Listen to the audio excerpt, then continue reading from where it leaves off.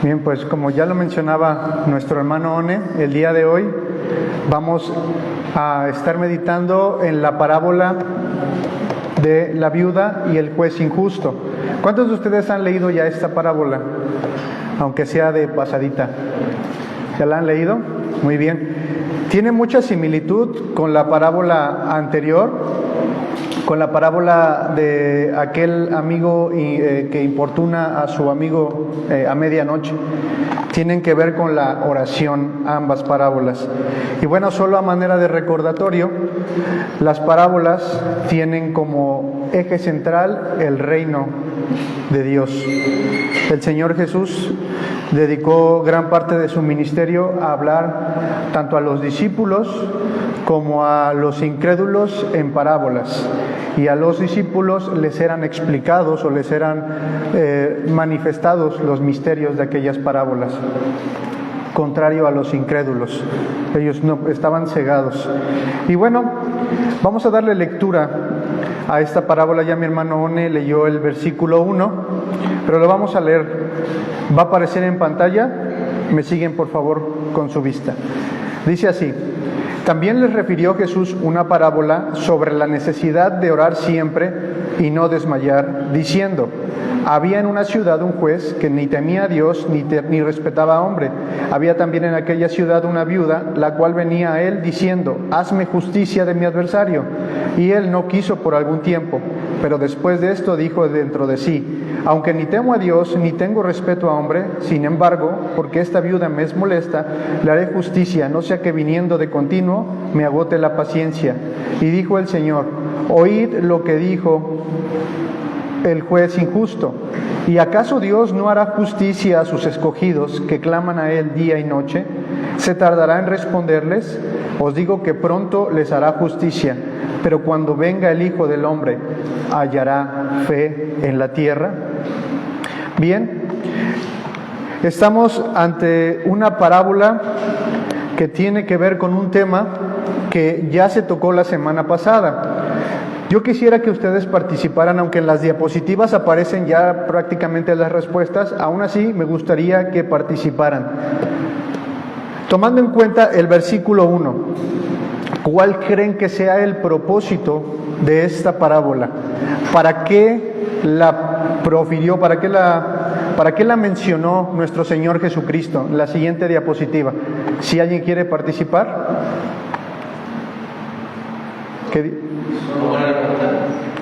¿Cuál es el propósito de esta parábola? Ya aparece en pantalla. Pero si la quieren leer en voz alta, dice: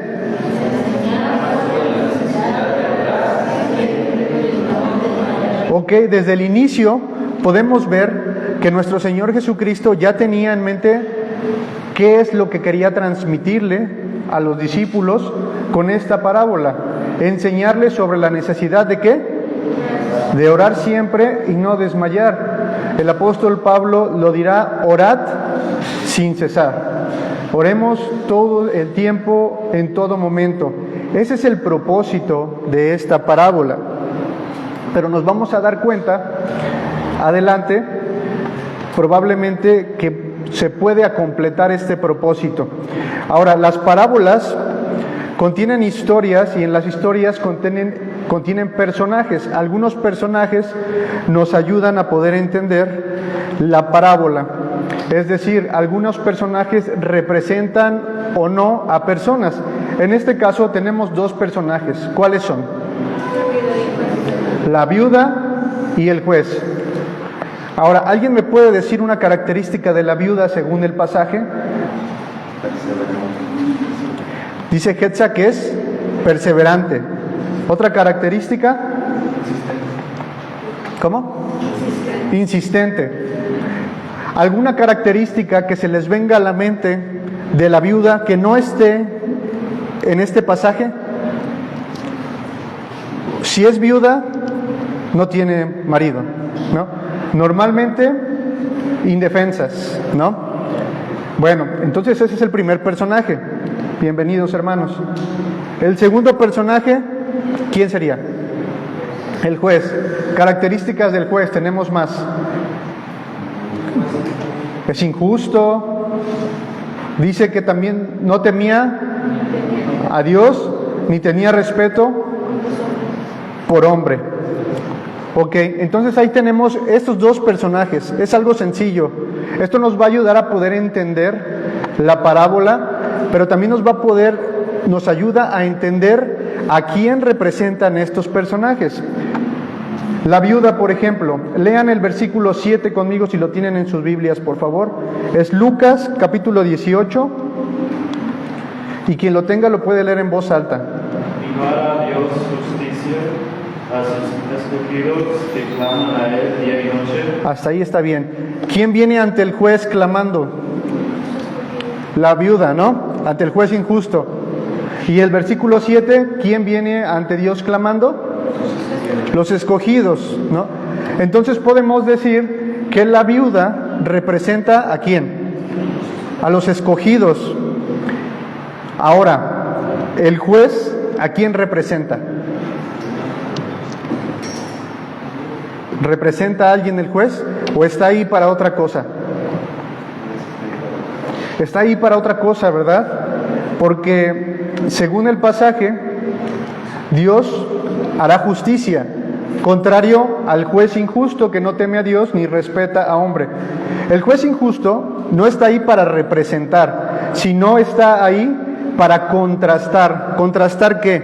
La idea de la justicia que imparte el hombre, que es injusta, con la idea del justo juicio de Dios. Para eso es que están ahí. Ahora vamos a notar otra cosa. Dice que los escogidos de Dios claman a Él de día y de noche. Hago otra pregunta. ¿Cuál es el clamor de los escogidos? Porque clamamos por muchas cosas, ¿o no? Y cuando me refiero a escogidos, me refiero a cada uno de ustedes también. ¿Cuál es el clamor de estos escogidos? ¿Cuál es el motivo de la oración? ¿Por qué están orando día y noche? A ver, ¿se les viene algo a la mente? El juez injusto, justicia, ¿no? Los creyentes, los escogidos de Dios, claman día y noche por justicia. Ahora, ¿a qué se refiere con justicia? ¿Qué es lo que están pidiendo? Porque para nosotros el concepto de justicia en ocasiones puede ser muy ambiguo, muy subjetivo, pero la parábola especifica en qué están empleando su tiempo estos escogidos o estos creyentes para clamar por justicia, pero una justicia específica. Pero para eso tenemos que ver el contexto. El contexto lo vamos a encontrar en un capítulo antes, Lucas 17, la siguiente diapositiva. Si se alcanza a ver, y lo puede leer Dan. Dijo a sus discípulos: tiempo vendrá cuando desearéis ver uno de los días del Hijo del Hombre y no los veréis. Y os dirán: helo aquí o helo allí. No vayáis ni los sigáis. Ok, muy bien.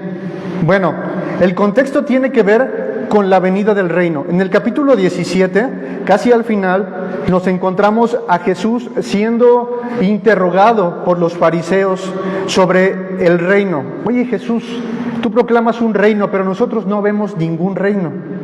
Y Jesús les dice: no, el reino, parafraseando, no es un reino como el que ustedes se imaginan. El reino ya está entre nosotros.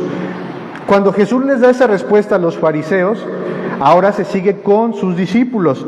Y es ahí donde hace mención de que va a llegar un momento en el que ya no podrán ver más al Hijo del Hombre.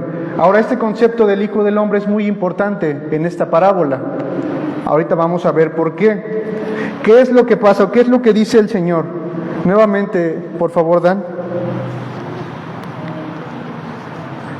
Dijo a los discípulos: Ajá. vendrá, ¿sí? Ajá. Cuando desearéis ver uno de los días del Hijo del Hombre y no lo veréis. Ok, ahí está bien. Dice: tiempo vendrá cuando desearéis ver uno de los días del Hijo del Hombre y no lo veréis. Es decir, El Señor está preparando a sus discípulos con la idea de que Él va a partir. ¿Y qué significa para los discípulos la partida del Señor?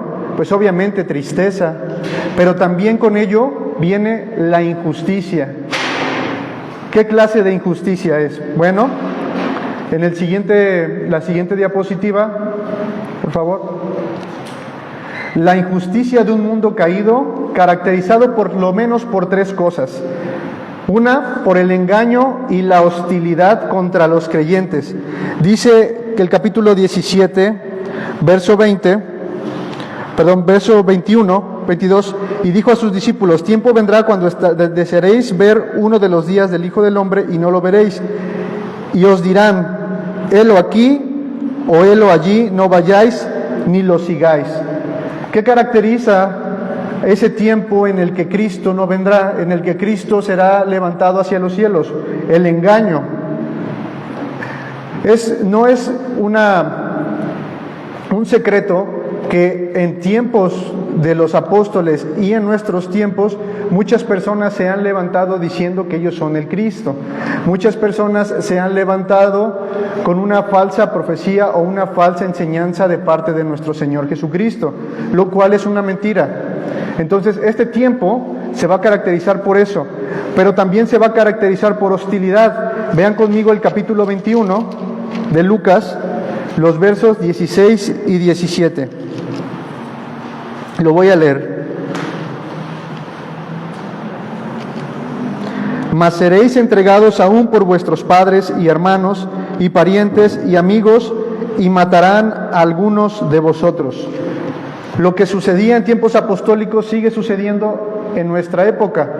Quizás no de la manera en que sucede en Medio Oriente, pero en México, por mencionar algunos ejemplos, en el estado de Oaxaca y en el estado de Chiapas, las personas son perseguidas a causa de sus creencias. El simple hecho de mencionar que son evangélicos ya representa para ellos un riesgo para su vida. Entonces, viven en un ambiente y se enfrentan a un ambiente de mentiras y de hostilidad. Pero volviendo a Lucas 17, ¿qué caracteriza a este mundo caído? Bueno, el abandono y la negación de todo lo que tiene que ver con Dios. Lucas presenta un ejemplo, presenta el ejemplo de Noé. Dice así, como fue en los días de Noé, así también será en los días del Hijo del Hombre. Comían, bebían, se casaban y se daban en casamiento hasta el día que entró Noé en el arca y vino el diluvio y los destruyó a todos. Les hago una pregunta. ¿Noé les predicó el evangelio a las personas en su época? ¿Les advirtió del juicio de Dios? Claro que les advirtió. Pero ¿qué dice el texto? ¿Qué hacían estas personas? Dice que comían, bebían, se casaban, se daban en casamiento. Es decir, vivían completamente ignorando el juicio de Dios, vivían completamente ignorando a Dios mismo. Y en nuestra época sucede lo mismo. A pesar de que se les predica el evangelio, a pesar de que en medios de comunicación como Facebook, Twitter, Instagram, constantemente están siendo bombardeados por mensajes evangélicos, la verdad es que constantemente están negando al Señor Jesucristo y a Dios.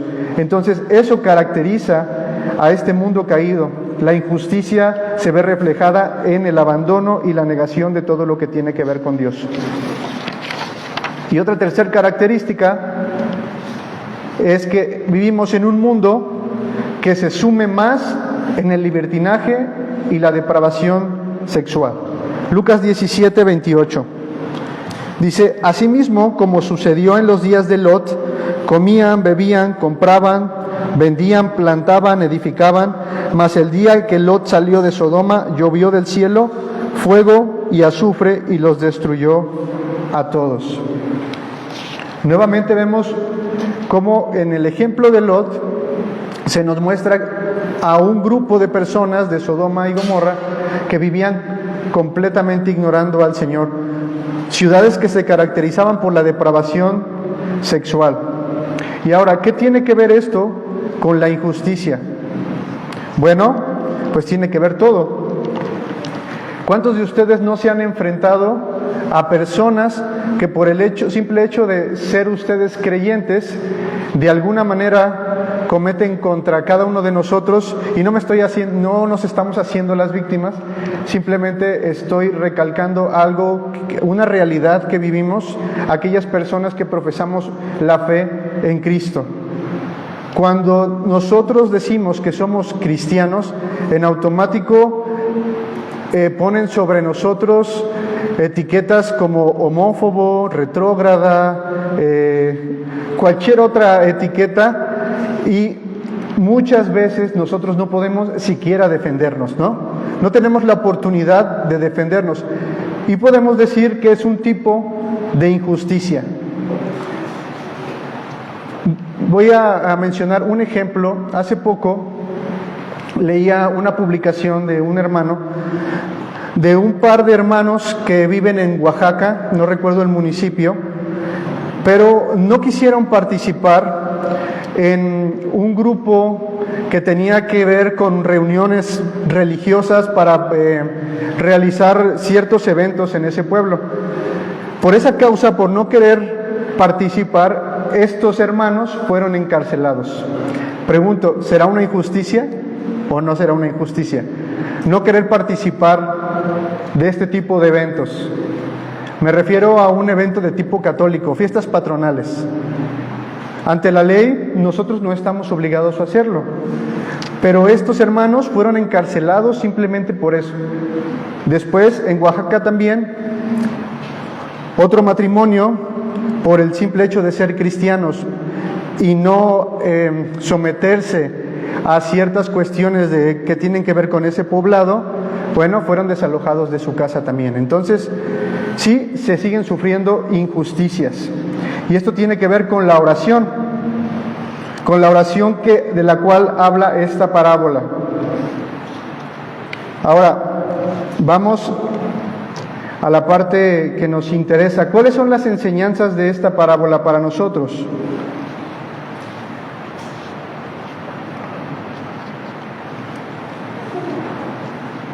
Y hago una pregunta nuevamente. ¿En este mundo caído nosotros sufrimos injusticias? ¿Cómo debemos actuar? ¿Cuál es la manera en que tú, en la que yo, debemos comportarnos? Vamos a ver. Bueno, en primer lugar, ¿qué nos enseña esta parábola? Bueno, nos enseña que nuestra oración por justicia debe descansar en el hecho de que Dios es justo. Versículo 7 dice, ¿y acaso Dios no hará justicia? Este versículo, que sigue después del versículo 6, hace un contraste entre el juez injusto y el justo juicio de Dios. ¿Cuántos creen, hermanos, que tenemos un Dios justo? Tenemos un Dios justo. Pero yo les hago otra pregunta. ¿Cómo sabemos que Dios es justo? ¿Alguien quiere participar? ¿Cómo sabemos que Dios es justo?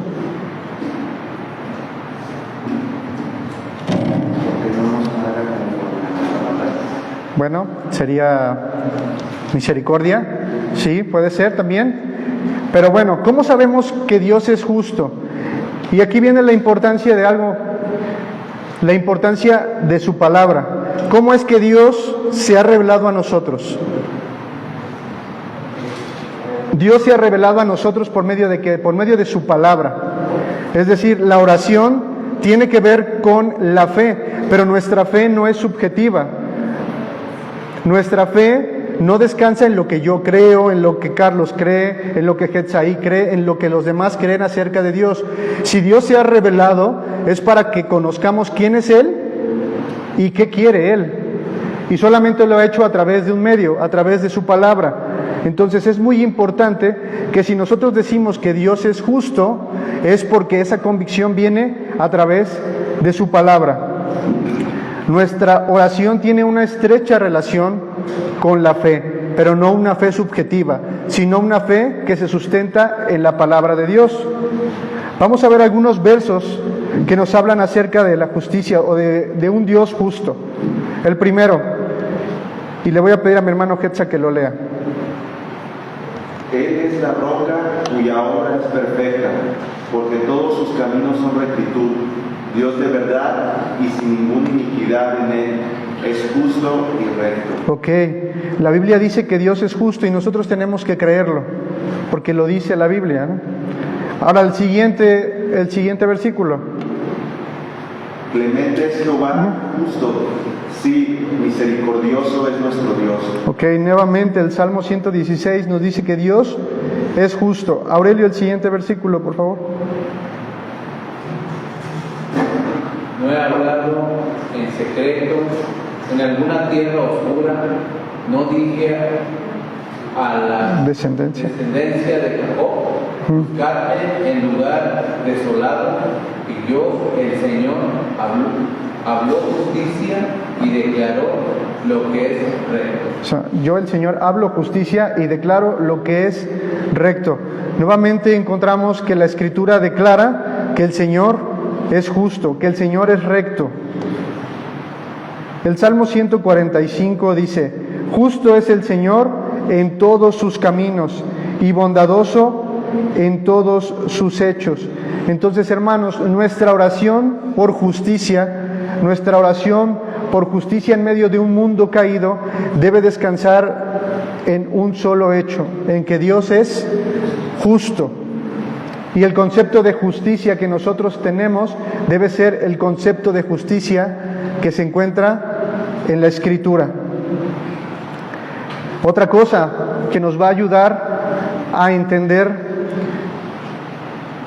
o más bien cuando nosotros sabemos, entendemos y atesoramos que Dios es justo por medio de la Escritura, esto nos va a llevar a abandonar nuestro propio concepto de justicia. ¿Por qué lo digo?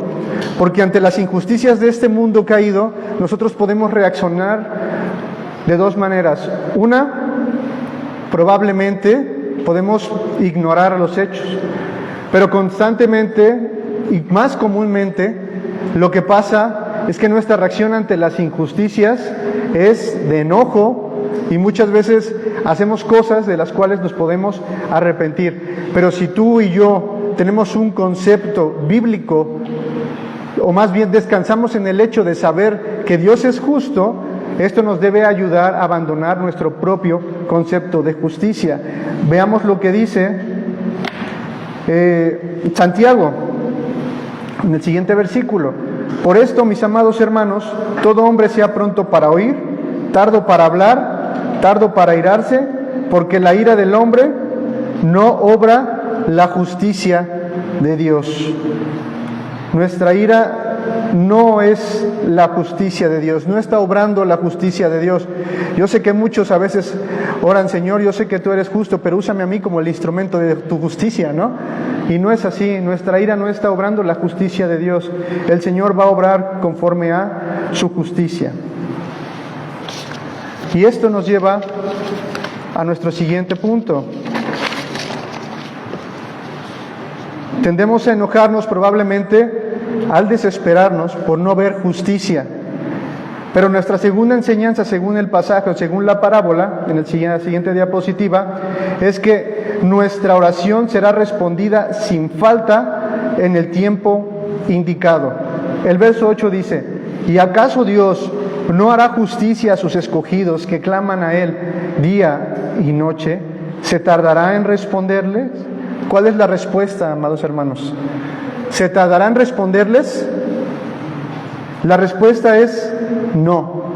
Dios les va a responder a su tiempo. Dios te va a responder a su tiempo. Dios va a responder a mi oración a su tiempo. Hablando de justicia, nosotros debemos esperar como pacientemente.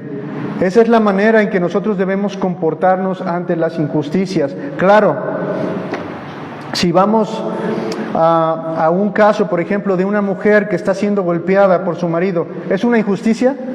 Claro que es una injusticia. Romanos 13 dice que existen autoridades para lo cual las ha puesto Dios para que traigan justicia.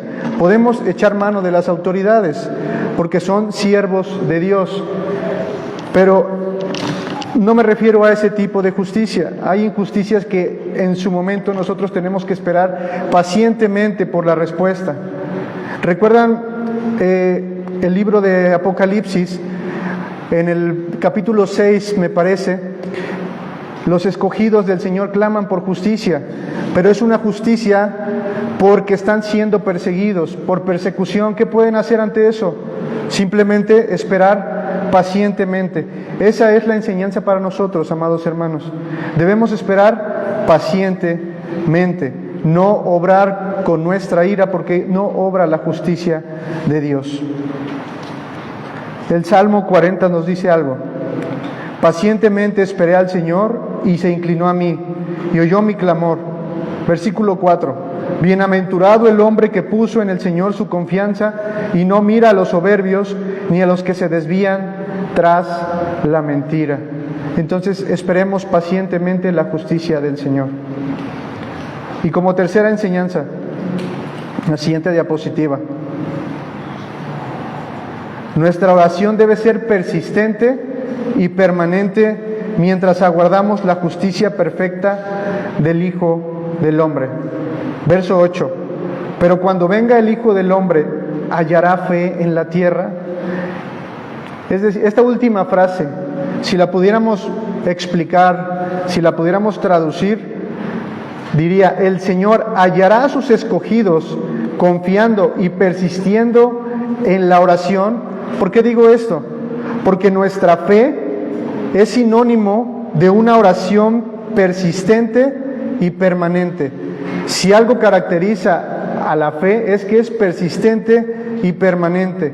Aún viendo el ambiente en el que vivimos, aún viendo que el Señor en su momento no ha contestado, nosotros tenemos que permanecer persistentes en la oración. Hay algo que nos ayuda un poco a entender el concepto del Hijo del Hombre. Ya lo hemos visto aquí. Vamos a leer Daniel. Está en la siguiente diapositiva.